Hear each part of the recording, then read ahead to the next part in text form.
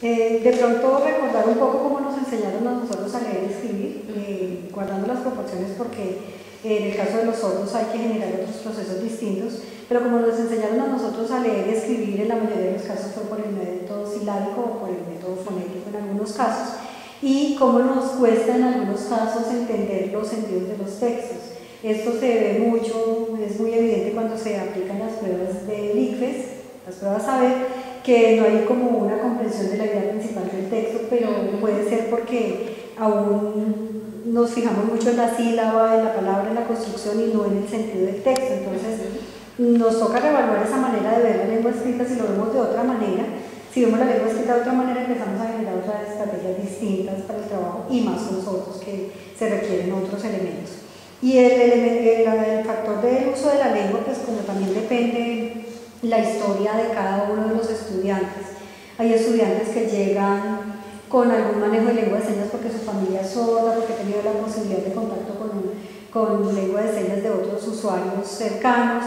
pero también hay chicos que no tienen ninguna lengua, en el momento que llegan a la escuela llegan sin lengua, llegan apenas como a acercarse a esa lengua, entonces empieza como un doble trabajo de acercarse a las dos lenguas, entonces tampoco nos podemos angustiar por ese tema y va a aprender lengua de señas y va a empezar a adquirir la lengua de señas, pero vamos a empezar a meterle letras también para que lo haga simultáneamente. No, el proceso es distinto, es un proceso de acercamiento, de presencia de la lengua escrita en el aula, de leerle lo que está a su alrededor, de que sea significativo realmente todo lo que ve en las carteleras de la institución educativa, que la información que está en algún texto quiere decir eso, leérsela para que ellos vayan como teniendo ese acercamiento. Pero no, el proceso ya de acercamiento a la parte gramatical y demás lo hacemos un poco más adelante. Más adelante, muy importante que ellos pongan en juego sus experiencias previas para que le den sentido a lo que se les está presentando. Si bien es cierto, digamos que toda esta parte conceptual es la que sustenta este documento, ¿sí? Y esta estrategia que sabemos que les va a servir, entonces esto soporta, digamos, esta enseñanza como segunda lengua. Más allá del enfoque que nosotros tengamos o la metodología, porque sabemos que cuando vamos al territorio pues es diversa, algunos docentes tienen en cuenta, digamos, estos principios y estos conceptos que se van a dar, pero sí hay unas cosas que deben prevalecer en que cada docente desde el área de lengua escrita, porque a veces o se da dentro del mismo proyecto educativo, si hay unos proyectos, o existe el área aparte donde está el docente preparando una clase de lengua escrita. Entonces queremos que ustedes tengan en cuenta 7 principios, ¿sí? 7 principios que van a orientar esa ardua labor, pero no imposible, ni con pocos resultados efectivos, sino que sabemos que les va a servir para poco a poco ir teniendo avances significativos de la lengua escrita por parte de los estudiantes. ¿Cuál sería ese primero? Usted dice que los estudiantes deben contar, y volvemos vamos a decirlo muy rápidamente porque creo que lo vamos a estar repitiendo en toda la videoconferencia, es el que el niño o la niña o el joven debe tener un pleno desarrollo del lenguaje. Digamos que a veces, sí, no en la lengua, sino del lenguaje, de cómo se está expresando en su primera lengua, qué indaga, qué pregunta, qué es esto, qué pasó allá, de ese lenguaje que prevalece inclusive en su propia casa, cuando los niños tienen la oportunidad de tener padres sordos, tienen una mayor apropiación de todo lo que está pasando en el contexto, porque papá y mamá le están diciendo, le están contando, le están conversando, el niño empieza a diferenciar de que el chiste o cuando el papá le está contando un cuentico. Esa apropiación y ese desarrollo de ese lenguaje le va a permitir al niño expresar sus necesidades, inquietudes, interrogantes en su propia lengua, y en esa medida va a utilizarlo en el contexto no con la misma intención siempre, sino dependiendo de esas necesidades e inquietudes que él tenga de las situaciones a las que está expuesto, porque una cosa es la lengua, pero otra cosa es el lenguaje, y eso es importante que nosotros lo tengamos muy claro. Y a veces uno va al territorio y uno ve que los docentes están confundiendo lenguaje, lengua y comunicación. Entonces es muy importante tener en cuenta qué es eso del lenguaje, qué es la lengua, o sea, que ese lenguaje le ha permitido al niño interpretar, leer el contexto, dar un sentido, y codificar y decodificar la información, sustentarla, preguntarla, a usar una lengua para expresar todo eso que tiene idea del mundo por esa lengua, el movimiento de la comunicación.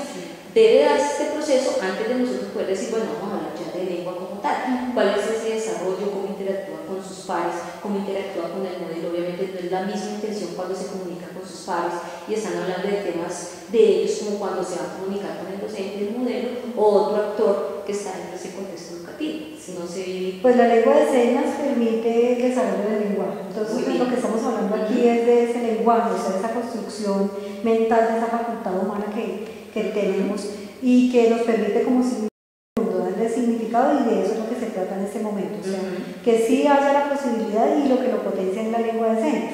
Una lengua de señas que está en construcción, que va formándose poco a poco, que pasa también en los oyentes cuando empiezan a decir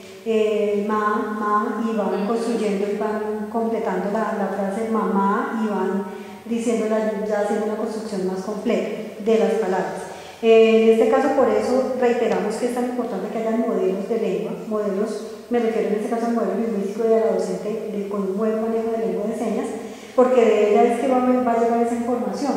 y que le va a permitir construirla él mismo de esa manera y entender la información de esa manera también. Entonces sí importante como potenciar desde que ellos lleguen, y por eso es importante también conocer como su historia para ir dando todos los pasos que se requieren para que ese chico pueda irse formando en esa lengua. Entonces,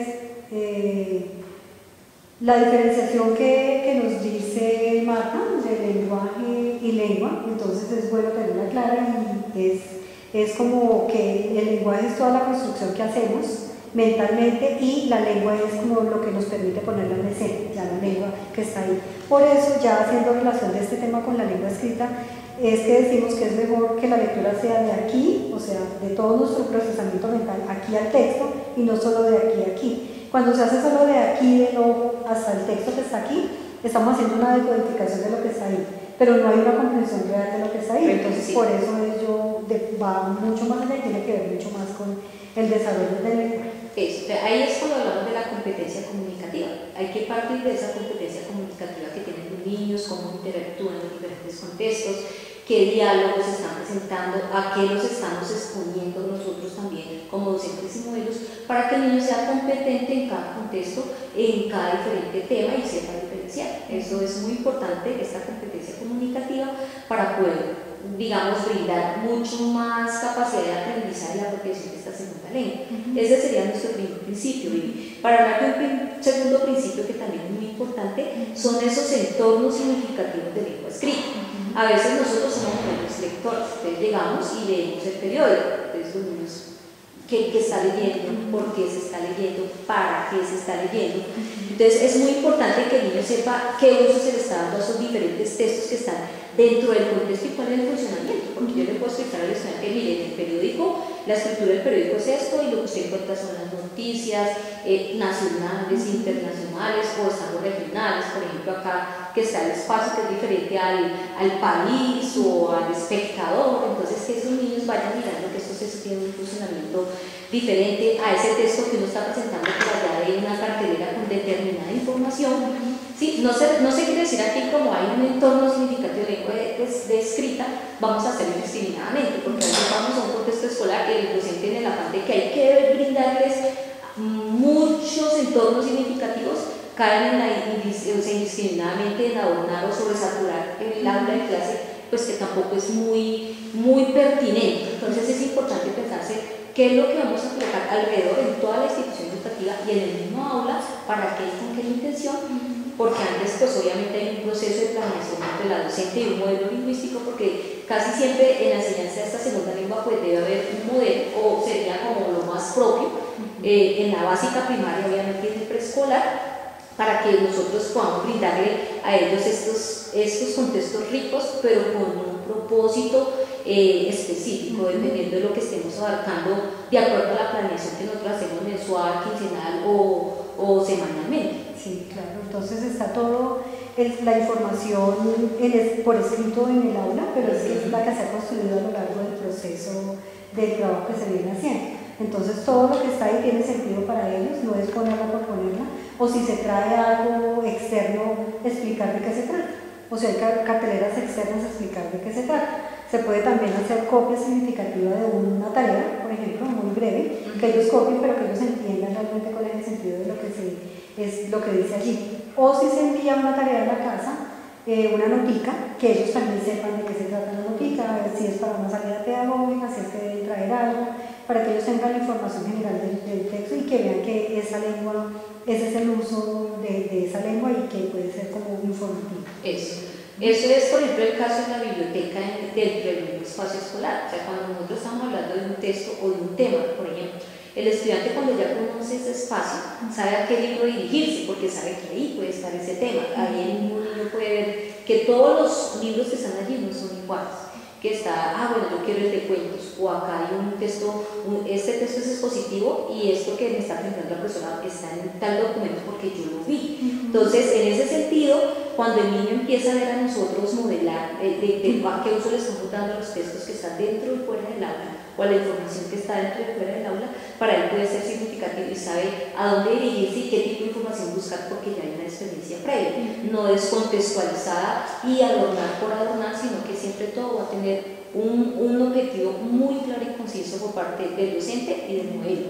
o pues en su defecto, si no está la presencia del modelo, pues obviamente ese docente que es muy conocedor de esa primera lengua. Entonces, debemos fomentar una actitud muy positiva a los estudiantes. Vamos a mirar aquí qué hay, cómo te puede beneficiar o cómo les puede beneficiar. Obviamente esto es un proceso muy largo, arduo, es muy progresivo, no podemos esperar que de la misma manera que este niño apropió, pues lo va a hacer el otro, pero por eso nosotros tenemos que tener esos contextos muy ricos y variados para posibilitar que ellos generen esas inquietudes, esos intereses, pues buscar el sentido y el significado de esos textos que les estamos presentando en lengua escrita, para que ellos comprendan. Y todo que ver con la siguiente pauta que se propone en el trabajo de lengua escrita, que es brindar a los estudiantes un rico y variado input lingüístico en lengua escrita. Entonces, cuando Marta ponía el ejemplo de ir a la biblioteca, ahí vemos que la información sobre un tema en particular se encuentra en diferentes espacios, en diferentes textos de la biblioteca. O sea, cuando se trabaja el texto guía, el texto de ciencias, el texto de sociales, de pronto limita un poco. Se puede trabajar ese texto, pero mostrar que ese es un texto guía para trabajo en el espacio escolar, pero que hay otras muchas más posibilidades donde se puede ampliar esa información que está allí. Entonces el input rico es mucho contacto con diferentes textos, diferentes tipos de textos recreativos, textos informativos, académicos, noticias que tienen como otra forma de presentación.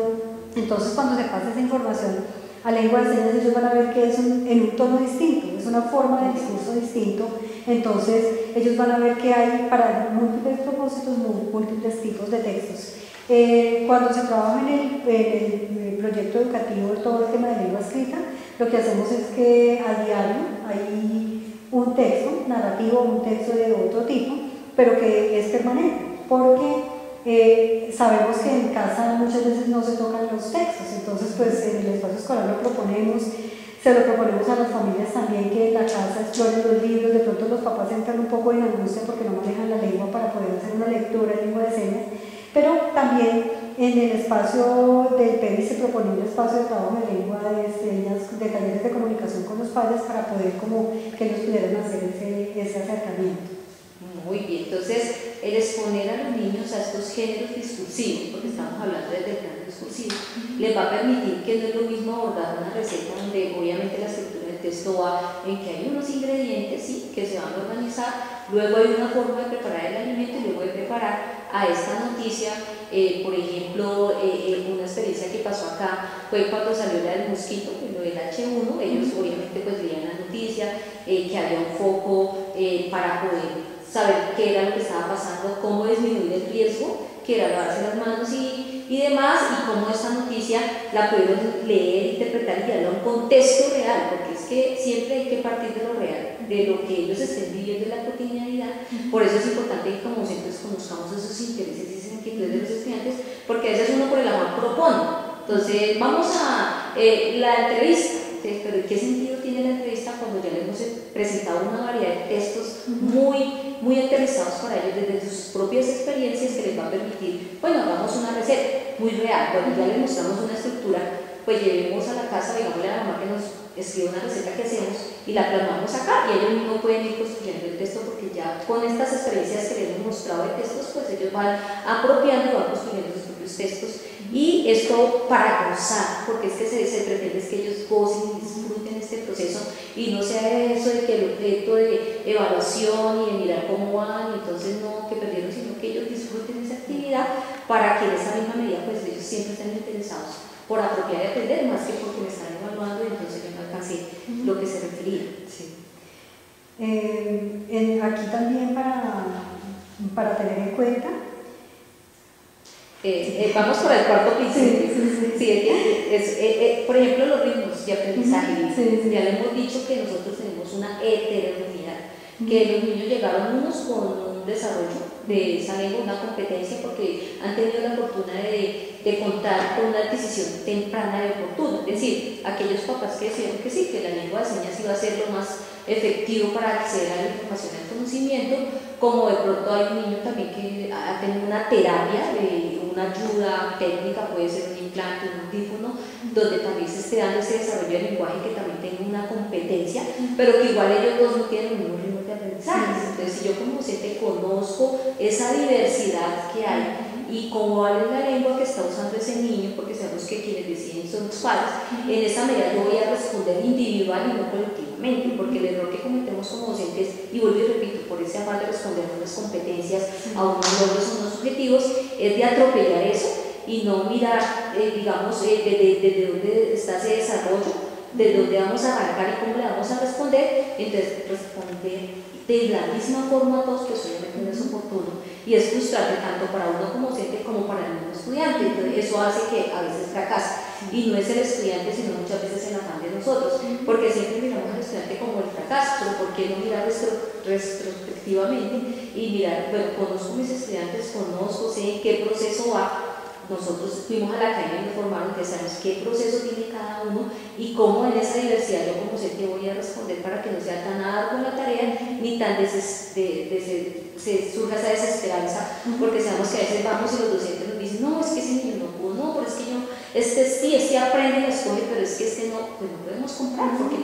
tanto frustramos a estos estudiantes porque ellos miran y no leen y nos frustramos nosotros en esa actividad. En ese reconocimiento de la diferencia es importante tener en cuenta que, como decía Martica, los padres deciden qué lengua usan, pero nosotros también tenemos ahí una labor importante y es lo que pasa con los chicos que reciben terapia, que hacen rehabilitación oral en otros espacios. Entonces, en el espacio del PEVI habían chicos que tenían terapia, que tenían implante y ellos recibían atención terapéutica en otros espacios. Pero era claro para los padres que cuando estaban en el espacio escolar todos circulaban lengua de señas y les decíamos que una cosa no quitaba la otra. O sea, ellos pueden manejar lengua de señas y pueden seguir con sus procesos de rehabilitación oral. Los sordos adultos, que hay varios que usan las dos lenguas y sordos pequeños también, niños, nos dicen no usamos la lengua de señas para unos propósitos y la lengua oral que hemos alcanzado a construir con otros propósitos. Entonces lo que queremos, el llamado es, sí, los padres deciden, pero nosotros también podemos tener como una labor de convencimiento con los padres, explicándoles por qué es importante que ellos, a pesar de que tengan una lengua, si ellos son competentes en esa lengua oral, porque ven que a través de la terapia y las ayudas auditivas son competentes, entonces pueden estar en un contexto con oyentes y desenvolverse, porque eso esa posibilidad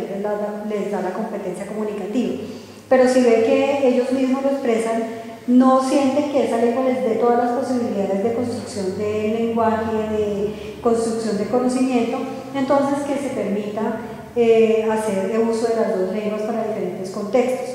En muchos casos llegan los niños y ya han recibido la orientación del personal médico en el que les dicen, o de las personas que les hacen la terapia, no le deben hacer lengua de señas. Entonces los papás vienen ya con esa prohibición en la cabeza y ya vienen con la idea de no lo voy a poder hacer. Entonces nosotros podemos hacer a través de diferentes estrategias, de entrevistas con sordos que usan las dos lenguas, de sordos profesionales que han usado la lengua de señas para formarse profesionalmente, que ellos tengan una entrevista con ellos y que los papás mismos vayan viendo que ese uso de las dos lenguas les permite hacer otras cosas. Entonces sí es una decisión de los padres, pero también es la lengua de señas les permite otras posibilidades. Entonces, y en el caso del acercamiento a la lengua escrita y del aprendizaje a la lengua escrita, el uso de esa lengua y la decisión de los padres y estar de acuerdo en que usen esa lengua fluidamente les va a permitir más fácilmente un acercamiento, porque hay muchos chicos que se considera como que usan el castellano en su forma oral, pero cuando uno va a ver no les sirve para todos los propósitos. Entonces hay que tener mucho cuidado y en parte está el conocimiento de la historia de cada uno. Muy bien. Bueno, ahorita vamos a ver nuestro quinto principio, que es la formación de los docentes. Si bien es cierto que ya lo hemos dicho a través de toda la videoconferencia, que los docentes deben preocuparse por aprender la lengua de señas, entonces en ese mismo contexto educativo se promueve. Entonces, hacer reuniones de docentes, donde haya cualificación, donde se lean los textos que uno muchas veces le ha presentado a los estudiantes y los modelos nos aporten a ese aprendizaje significativo de la lengua de señas. En esta medida vamos a responder también a ese proceso de enseñanza de la lengua escrita. Aparte de aprender también la lengua de señas muy bien, porque pues sabemos que se requiere para poder transmitir este conocimiento a los niños, es que aprendamos otras cosas relacionadas. ¿Qué es eso de segundas lenguas? ¿Qué es eso de educación bilingüe? ¿Qué implica estar en un contexto bilingüe? Obviamente cuando hablamos de un contexto bilingüe es que desde el que entra hasta el que sale tiene que o debería manejar la lengua de señas muy bien, porque es en esa lengua donde se le está explicando a los niños esta otra lengua. Entonces digamos que como es una actividad muy metalingüística, porque estamos hablando de una lengua de una lengua de otra lengua, entonces es lo que hace más complicado. Entonces como docentes no solamente deberíamos saber la lengua de señas, sino todo lo que implica ser un docente de segundas lenguas. Entonces se podrían planear jornadas, aparte de la pedagógica, en el día de formación con los modelos, o aprovechar que yo tengo el modelo acá que es sordo para yo formarme, que él me dé, que él me aporte para en esa misma medida yo hacer procesos significativos en la enseñanza de esta segunda lengua. El sexto principio tiene que ver con involucrar a la familia en la propuesta. Tiene dos líneas este trabajo, y en el caso específico de lengua escrita es que ellos comprendan el proceso que se está siguiendo con la lengua escrita en esta propuesta educativa. Porque si ellos van a esperar que se haga el mismo trabajo que se hace con los hermanitos oyentes o los primitos, es que el primito ya está haciendo, es que el primito, entonces nos toca hacer una pausa y poder hacer encuentros donde podamos explicarles a ellos por qué en el caso de los sordos es distinto el trabajo, porque el proceso es distinto, porque hay que hacer otras cosas, es en una línea. Y para poder hacer este trabajo, nosotros como docentes tenemos que entenderlo para poderlo explicar de esta manera. Si no lo entendemos nosotros, pues muy difícilmente vamos a poder como pasar esta información también para que ellos vean la lengua escrita de una manera distinta, que es básicamente todo lo que hemos hablado en este tiempo. La otra forma de trabajo con los padres son los talleres de comunicación, que como lo decíamos hace un rato, permite que los papás puedan acompañarnos en la lectura, pueden hacer lectura con ellos, puedan también acompañar este proceso de acercamiento a la lectura y la escritura. Ya lo hemos mencionado ampliamente durante el proyecto de esta charla. Muy bien, y el último principio, ya para casi terminar nuestra videoconferencia, es ofrecer una continuidad de esta propuesta educativa. Sabemos que en la básica primaria, o desde preescolar hasta la básica primaria, pues algunas regiones están garantizando la educación bilingüe y cultural para sordos, pero sucede que cuando pasan de esa transición a su educación media, pues obviamente hay una ruptura, lo cual hace que todas estas experiencias que el estudiante ha acumulado a partir de tanto texto significativo, de aquello de esa enseñanza de segunda lengua, digamos que en la siguiente propuesta, cuando ingresa a otro contexto educativo, de pronto ya con otros actores, pues se vayan a otras propuestas que no dan continuidad a este aprendizaje y avance significativo que ha tenido los estudiantes. Entonces es fundamental que estas propuestas se sigan garantizando, que cuando pasen a la básica o a la secundaria pues se mantengan propuestas parecidas, que ojalá tengan un docente de lengua escrita. Generalmente a veces se les saca parte en inglés para seguir fortaleciendo esta parte de la segunda lengua. Obviamente pues un poco más complejo los textos que se exponen, aprender digamos otras herramientas por aquello de las pruebas ICFES, donde tienen que comprender la idea central, la idea global, o de qué se trata, o cuál fue la idea principal o secundaria, como decíamos en un ejemplo primario. Entonces es importante promover ese análisis y esa reflexión de cómo se pueda continuar esta propuesta cuando los niños están en esa transición de la primaria a la educación básica y media. Entonces hasta aquí hemos abordado nuestros 7 principios, que si bien es cierto ustedes no los tienen que copiar rígidamente, pero que se les va a aportar elementos muy importantes para que ustedes tengan en cuenta en esas metodologías que están aplicando en su territorio, en su aula multigradual, aula para sordos o instituciones bilingües. No queremos que ustedes la repliquen tal cual porque volvemos a lo mismo, pues conocemos a los estudiantes, los territorios no son iguales, digamos que todos los docentes pues no tienen esa misma prestación de formación, entonces en esa medida creemos que estos elementos les pueden dar buenas orientaciones para que ustedes hagan procesos significativos, pertinentes y oportunos para los estudiantes que están atendiendo en el momento. Entonces queríamos invitarles para la próxima videoconferencia donde ya quedamos aquí la parte conceptual, porque es segunda lengua, porque es eso de la lengua de señas, que es leer y escribir, que es su adquisición y aprendizaje. Ahora queríamos presentarles, o les vamos a presentar en la próxima videoconferencia, cuáles fueron los dos momentos, que es una de la presentación y narración, y hay otra que es de la lectura del texto, donde hay una lectura muy rápida, ¿sí? Es donde se están recogiendo, y hay otra más intensiva, más del código y de gramática. Eso es lo que vamos a abordar en nuestra próxima conferencia, los vamos a invitar, ojalá no se lo pierdan para que ustedes también tengan una idea y que nos hagan llegar todas las inquietudes. Queremos crear un mecanismo de comunicación con ustedes a través de este ciclo de videoconferencias. Mi correo está allí, es marta.th.lenis@isol, el de mi compañera Viviana es viviana.prado@isol.gov.co, donde ustedes nos pueden hacer llegar todas sus inquietudes, porque sabemos que a partir de esta videoconferencia les van a surgir dudas que le podemos responder en la siguiente videoconferencia. Entonces, gracias por su atención, esperamos sus dudas e inquietudes para que podamos tener una comunicación más permanente por este medio en la medida en que podamos llegar a sus territorios y compartir más de cerca sus necesidades e inquietudes. Gracias por su atención y hasta la próxima. Gracias Vivi y gracias Valentina.